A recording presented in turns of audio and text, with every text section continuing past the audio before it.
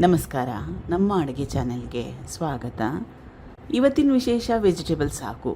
ಅತ್ಯಂತ ಸುಲಭವಾಗಿರೋ ವಿಧಾನದಲ್ಲಿ ತೋರಿಸ್ಕೊಡ್ತಾ ಇದ್ದೀನಿ. ಈರುಳ್ಳಿ, ಬೆಳ್ಳುಳ್ಳಿ, ಜಾಸ್ತಿ ಮಸಾಲ, ಗರಂ ಮಸಾಲ ಯಾವುದನ್ನು ಉಪಯೋಗ ಮಾಡ್ತಾ ಇಲ್ಲ.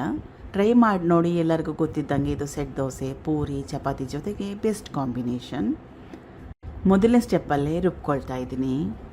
ಕಟ್ ಮಾಡಿ ಇಟ್ಕೊಂಡಿರೋ ಕಾಯಿ ಚೂರುಗಳು ತುರಿದು ಕೂಡ ಉಪಯೋಗ ಮಾಡ್ಬೋದು. ಮೀಡಿಯಮ್ ಸೈಜ್ ತೆಂಗಿನಕಾಯಲ್ಲಿ ಅರ್ಧ ಹೋಳಷ್ಟನ್ನ ಉಪಯೋಗ ಮಾಡ್ತಾಯಿದ್ದೀನಿ.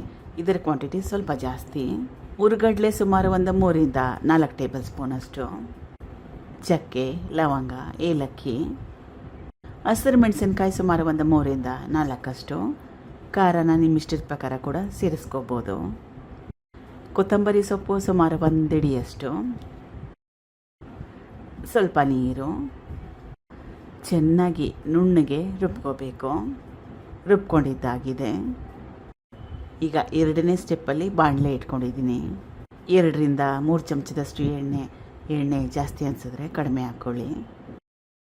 ಸಾಸಿವೆ ಸಣ್ಣ ಚಮಚದಲ್ಲಿ 1 ಚಮಚದಷ್ಟು, ಕರಿಬೇವಿನ ಎಲೆಗಳು ಸುಮಾರು 8-10 ಚಿಕ್ಕ ಚಿಕ್ಕದಾಗಿ ಕಟ್ ಮಾಡಿ ಇಟ್ಕೊಂಡಿರೋ ಚೆನ್ನಾಗಿ ಹಣ್ಣಾಗಿರೋ ಒಂದು ದೊಡ್ಡ ಟೊಮೆಟೊ ಮೆತ್ತಗಾಗೋವರೆಗೂ ಬೇಯಿಸ್ಕೋಬೇಕು. ಬೇಗ ಬೆಂದೋಗುತ್ತೆ.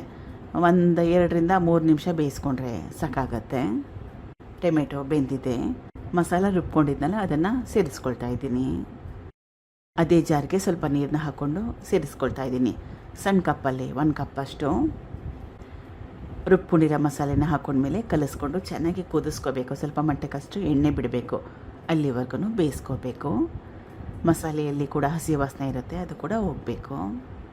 ಇದು ಬೇಯಿಸಿಟ್ಕೊಂಡಿರೋ ತರಕಾರಿಗಳು ಮೊದಲೇ ಕುಕ್ಕರಲ್ಲಿ ಬೇಯಿಸಿಟ್ಕೊಂಡಿದ್ದೆ. ಸುಮಾರು ಒಂದು ಅರ್ಧ kg ಅಷ್ಟಿದೆ. ಕ್ಯಾರೆಟು, ಹುರುಳಿಕಾಯಿ, ಆಲೂಗಡ್ಡೆ, ನವಲ್ಕೋಲನ್ನ ಉಪಯೋಗ ಮಾಡ್ತಾಯಿದ್ದೀನಿ. ನಿಮ್ಗೆ ಯಾವ ತರಕಾರಿ ಇಷ್ಟ ಆ ತರಕಾರಿನ ಉಪಯೋಗ ಮಾಡಿ. ತರಕಾರಿಗಳನ್ನ ಹಾಕೊಂಡ್ಮೇಲೆ ಚೆನ್ನಾಗಿ ಕಲಿಸ್ಕೋಬೇಕು. ಕನ್ಸಿಸ್ಟೆನ್ಸಿ ನೋಡಿ ತುಂಬಾ ಜಾಸ್ತಿ ಗಟ್ಟಿಗೆ ಮಾಡ್ಕೊಳಕ್ಕೆ ಹೋಗ್ಬೇಡಿ. ಹುರುಗಡ್ಲೆ ಹಾಕಿರ್ತೀವಲ್ಲ, ತಣ್ಣಗಾದ್ಮೇಲೆ ಮತ್ತೆ ಗಟ್ಟಿ ಬರೋ ಚಾನ್ಸಸ್ ಇರುತ್ತೆ.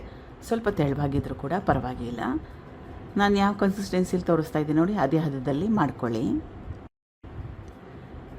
ರುಚಿಗೆ ತಕ್ಕಷ್ಟು ಉಪ್ಪು ಹಾಕ್ಕೊಂಡ್ಮೇಲೆ ಕಲಿಸ್ಕೊಂಡು ಕುದಿಸ್ಕೋಬೇಕು. 1 ಕುದಿ ಬಂದರೆ ಸಾಕು. ಈಗಾಗಲೇ ಎಲ್ಲ ಪದಾರ್ಥಗಳು ಚೆನ್ನಾಗಿ ಬೆಂದಿದೆ. ಈಗ ರುಚಿಯಾದ ವೆಜಿಟೇಬಲ್ಸ್ ಹಾಗೂ ರೆಡಿಯಾಗಿದೆ.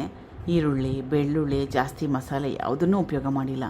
ಅತ್ಯಂತ ಸರಳವಾಗಿರೋ ವಿಧಾನದಲ್ಲಿ ಮಾಡಿ ತೋರಿಸಿದ್ದೀನಿ. ಒಂದ್ಸಲ ಇದನ್ನು ಈ ರೀತಿಯಾಗಿ ಒಮ್ಮೆ ಟ್ರೈ ಮಾಡಿ ನೋಡಿ. ತುಂಬಾ ಚೆನ್ನಾಗಿತ್ತು. ತಿಂದ ಮೇಲೆ ವಾಯ್ಸ್ ಓವರ್ನ ಕೊಟ್ಟಿದ್ದೀನಿ. ಮೊದಲೇ ಹೇಳ್ದಂಗೆ ಪೂರಿ ಜೊತೆ, ಸೆಟ್ ದೋಸೆ, ಚಪಾತಿ ಜೊತೆಗೆ best combination. Thank you for watching. ಧನ್ಯವಾದಗಳು.